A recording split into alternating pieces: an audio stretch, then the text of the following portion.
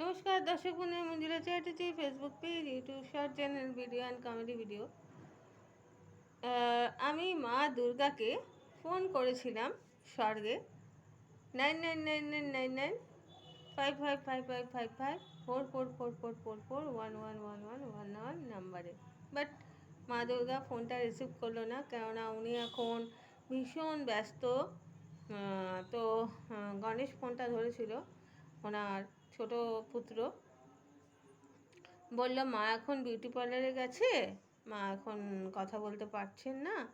তাহলে ঠিক আছে, আমি ইমেল করছি।